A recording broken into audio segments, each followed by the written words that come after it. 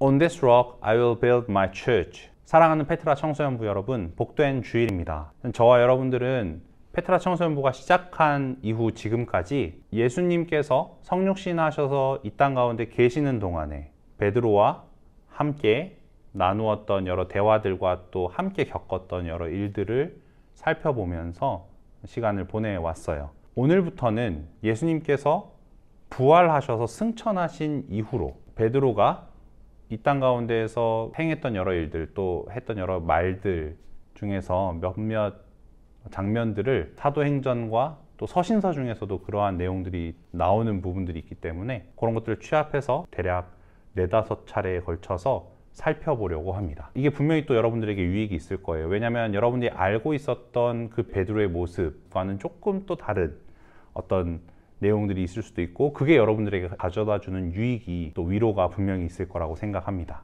오늘 우리가 살펴볼 말씀은 사도행전 2장 14절에서 36절까지의 말씀입니다. 말씀이 조금 긴데요. 이게 다름 아니라 베드로가 이제 처음으로 성령 하나님께서 임하신 이후로 행했던 설교의 내용이에요. 근데 이 설교 내용을 이제 부분 잘라서 살펴볼 수도 있겠지만, 그때도 한 번에 쭉 행해졌을 거니까 이걸 행해진 한 호흡으로 쭉 한번 훑어보는 것이 또 저와 여러분들에게 유익한 부분이 있어요. 그래서 제가 읽을 때 여러분들이 하나님의 말씀으로 이 말씀을 받으시기 바랍니다. 제가 받들어 읽도록 하겠습니다. 베드로가 11사도와 함께 서서 소리를 높여 이르되, 유대인들과 예루살렘에 사는 모든 사람들아, 이 일을 너희로 알게 할 것이니 내 말에 귀를 기울이라. 때가 제3시니 너희 생각과 같이 이 사람들이 취한 것이 아니라, 이는 곧 선지자 요엘을 통하여 말씀하신 것이니 일렀으되, 하나님이 말씀하시기를 말세에 내가 내 영을 모든 육체에 부어주리니 너희의 자녀들은 예언할 것이요 너희의 젊은이들은 환상을 보고 너희의 늙은이들은 꿈을 꾸리라. 그때 내가 내 영을 내 남종과 여종들에게 부어주리니 그들이 예언할 것이요 또 내가 위로 하늘에서는 기사를, 아래로 땅에서는 징조를 베풀리니 곧 피와 불과 연기로다. 주의 크고 영화로운 날이 이르기 전에 해가 변하여 어두워지고 달이 변하여 피가 되리라. 누구든지 주의 이름을 부르는 자는 구원을 받으리라 하였느니라. 이스라엘 사람들아, 이 말을 들으라. 너희도 아는 바와 같이 하나님께서 나사렛 예수로 큰 권능과 기사와 표적을 너희 가운데에서 베푸사 너희 앞에서 그를 증언하셨느니라. 그가 하나님께서 정하신 뜻과 미리 아신 대로 내준 바 되었거늘 너희가 법 없는 자들의 손을 빌려 못 박아 죽였으나 하나님께서 그를 사망의 고통에서 풀어 살리셨으니 이는 그가 사망에 매여 있을 수 없었음이라. 다윗이 그를 가리켜 이르되, 내가 항상 내 앞에 계신 주를 배웠으며 따로 요동하지 않게 하기 위하여 그가 내 우편에 계시도다. 그러므로 내 마음이 기뻐하였고 내 혀도 즐거워하였으며 육체도 희망에 거하리니 이는 내 영혼을 음부에 버리지 아니하시며 주의 거룩한 자로 썩음을 당하지 않게 하실 것이미로다. 주께서 생명의 길을 내게 보이셨으니 주 앞에서 내게 기쁨이 충만하게 하시리로다 하였으므로, 형제들아, 내가 조상 다윗에 대하여 담대히 말할 수 있노니 다윗이 죽어 장사되어 그 묘가 오늘까지 우리 중에 있도다. 그는 선지자라. 하나님이 이미 맹세하사 그 자손 중에서 한 사람을 그 위에 앉게 하리라 하심을 알고 미리 본고로 그리스도의 부활을 말하되, 그가 음부에 버림이 되지 않고 그의 육신이 썩음을 당하지 아니하시리라 하더니 이 예수를 하나님이 살리신지라. 우리가 다 이 일의 증인이로다. 하나님이 오른손으로 예수를 높이심에 그가 약속하신 성령을 아버지께 받아서 너희가 보고 듣는 이것을 부어주셨느니라. 다윗은 하늘에 올라가지 못하였으나 친히 말하여 이르되, 주께서 내 주에게 말씀하시기를 내가 내 원수로 내 발등상이 되게 하기까지 너는 내 우편에 앉아있으라 하셨도다 하였으니, 그런즉 이스라엘 온 집은 확실히 알지니 너희가 십자가에 못 박은 이 예수를 하나님이 주와 그리스도가 되게 하셨느니라 하니라. 아멘. 오늘 말씀이 담겨있는 사도행전은 예수님께서 부활하신 뒤의 일을 기록하여 전해주고 있는 책입니다. 예수님께서는 부활하시고 또 자신이 친히 살아계시다라는 걸 40일 동안 나타내 보이셨어요. 오늘 읽었던 사도행전 2장보다 한 장 앞선 사도행전 1장 3절, 4절 말씀에 보면 그 내용이 잘 나타나 있습니다. 1장 3절에 이렇게 기록되어 있어요. 그가 고난 받으신 후에 또한 그들에게 확실한 많은 증거로 친히 살아계심을 나타내사 40일 동안 그들에게 보이시며 하나님 나라의 일을 말씀하시니라 라고 말이에요. 그렇게 예수님께서는 자기의 죽음으로 모든 인류의 조상이었던 아담이 지었던 그 첫 번째 죄로 인해서 우리에게 주어졌던 그 결과, 다름 아니라 죽음을 정복하셨다라는 것, 이기셨다라는 걸 드러내셨어요. 자신의 죽음으로 죽음을 이기신 거죠. 헌데 예수님께서는 여기까지만 일을 하신 게 아니셨어요. 예수님께서는 자기가 다시 살아나심으로 인하여서 도래한 우리에게 주어진 하나님 나라의 일을 함께 말씀하셨다라고 방금 읽었던 사도행전 1장 3절의 마지막에도 기록되어 있죠. 40일 동안 그들에게 보이시며 하나님 나라의 일을 말씀하시니라 라고 말이에요. 그리고 승천하시기 전에 예수님께서는 제자들에게 당부하십니다. 그 당부하셨던 내용이 아까 읽었던 사도행전 1장 3절에 바로 이은 4절 말씀에 기록되어 있어요. 사도와 함께 모이사 그들에게 분부하여 이르시되 예루살렘을 떠나지 말고 내게서 들은 바 아버지께서 약속하신 것을 기다리라. 예루살렘을 떠나지 말라. 왜였나요? 예수님 자신에게 들었던 바 아버지께서 약속하신 것이 있는데 바로 그 일을 위해서 떠나지 말라고 얘기하시고 계신 거예요. 예수님께서 고난당하시고 십자가에서 죽임당하시기 전에 제자들에게 말씀하신 바, 성부 하나님께서 약속하신 바가 있었는데 그것이 무엇이었나요? 요한복음 16장 5절 이하에 그 말씀이 잘 나타나 있습니다. 그 말씀을 제가 잠시 읽어볼게요. 여기서 나는 예수님이시고 너희는 제자들을 이야기해요. 지금 내가 나를 보내신 이에게로 가는데 너희 중에서 나더러 어디로 가는지 묻는 자가 없고 도리어 내가 이 말을 함으로, 이 말 뭐죠? 보내신 이에게로 간다는 이 말을 함으로 너희 마음에 근심이 가득하였도다. 그러나 내가 너희에게 실상을 말하노니 내가 떠나가는 것이 너희에게 유익이라. 내가 떠나가지 아니하면 보혜사가 너희에게로 오시지 아니할 것이요 가면 내가 그를 너희에게로 보내리니 그가 와서 죄에 대하여 의에 대하여 심판에 대하여 세상을 책망하시리라.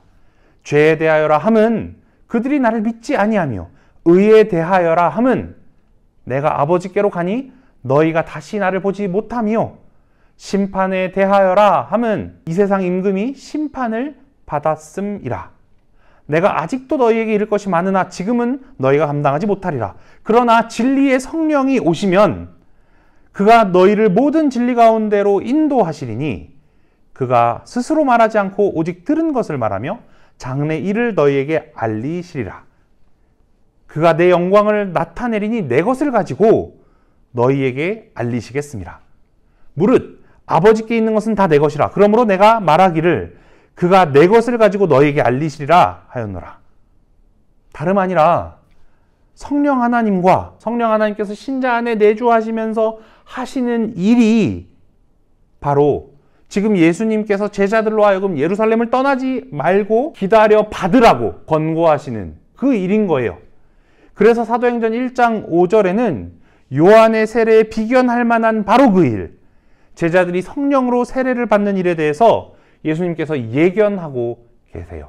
그리고 오늘 본문으로 읽었던 말씀의 바로 앞에는 우리가 잘 알고 있는 바로 그 내용이 다뤄지고 있죠. 바로 오순절 날에 성령 하나님께서 제자들이 모여있는 곳에 임하신 그 일 말이에요. 우리는 여기서 성령 하나님께서 모여있던 사람들로 하여금 각 나라의 언어를 하게 하신 그 놀라운 일을 잘 알고 있어요. 그런데 이 내용의 핵심은 방언이나 혹은 불의 혀처럼 갈라지는 것이 그들에게 보여서 각 사람의 머리 위에 하나씩 임하여 있었다라는 그런 어떤 신비로운 일이 아니에요. 이 일의 핵심은 바로 그게 아닙니다. 도리어 이러한 일들 가운데에서 어떤 내용이 담긴 말이 오갔다라는 게 핵심이에요. 그게 중요하고 그 내용이 대체 무엇이었는가가 중요해요.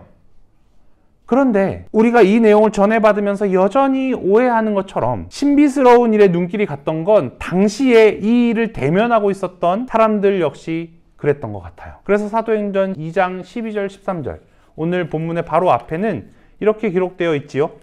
다 놀라며 당황하여 서로 이르되 이 어찌된 일이냐 하며 또 어떤 이들은 조롱하여 이르되 그들이 새 술에 취하였다 하더라. 하지만 삼위일체이신 하나님께서는 보기에 신비한 다른 어떤 일들보다도 당신의 말씀 봉사자를 세우시고 또 그를 통해서 오고 오는 자기 백성들에게 신앙의 내용을 전수하시는 일을 자기의 모든 그 일하심에 근간해 두기를 기뻐하시는 분이세요.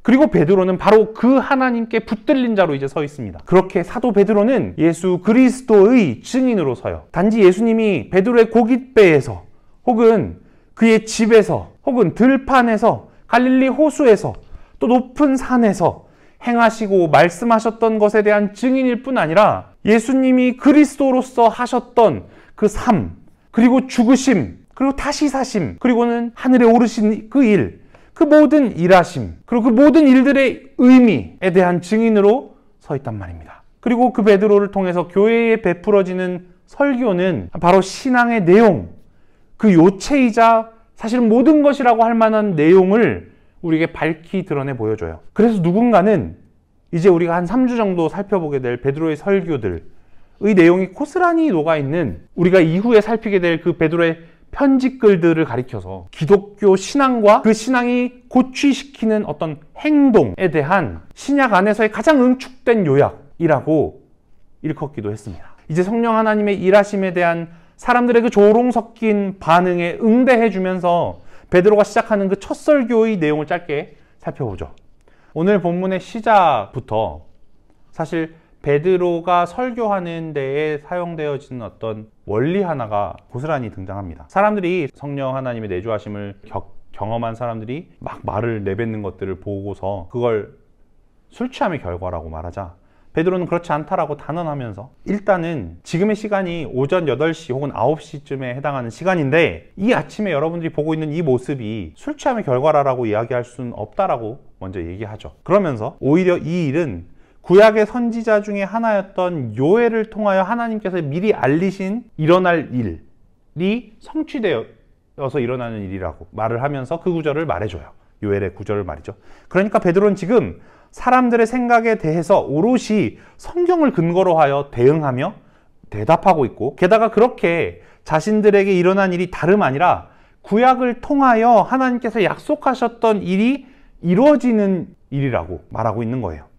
바로 이러한 베드로의 말과 관점을 통해서 우리는 성경을 읽는 신자로서의 어떤 태도 한 가지를 확인할 수 있게 되는데 그게 뭐냐면 바로 토타 스크립투라라고 일컫는 태도예요. 이게 라틴어인데 전체 성경으로 라는 의미예요. 이 원리를 우리가 지금 여기서부터 확인할 수 있다는 겁니다.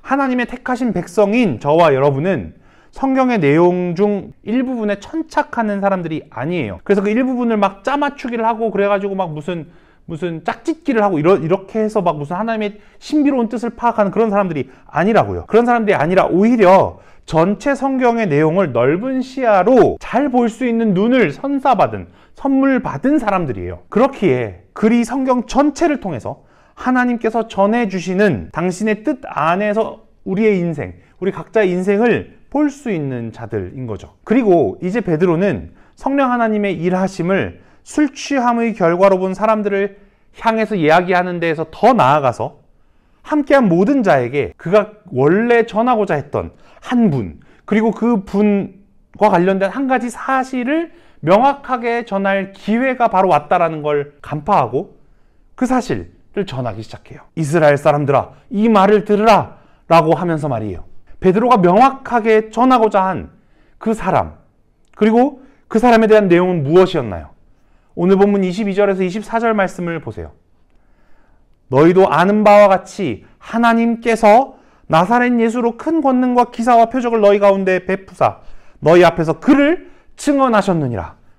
그가 하나님께서 정하신 뜻과 미리 아신 대로 내준 바 되었거늘 너희가 법 없는 자들의 손을 빌려 못 박아 죽였으나 하나님께서 그를 사망의 고통에서 풀어 살리셨으니 이는 그가 사망에 매여 있을 수 없었음이라.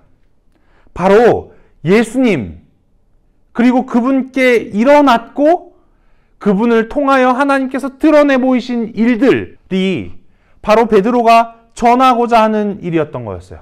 저는 방금 읽었던 이 세 구절 중에서도 베드로가 목소리를 더욱 높였을 부분을 넌지시 알 수 있을 것 같더라고요.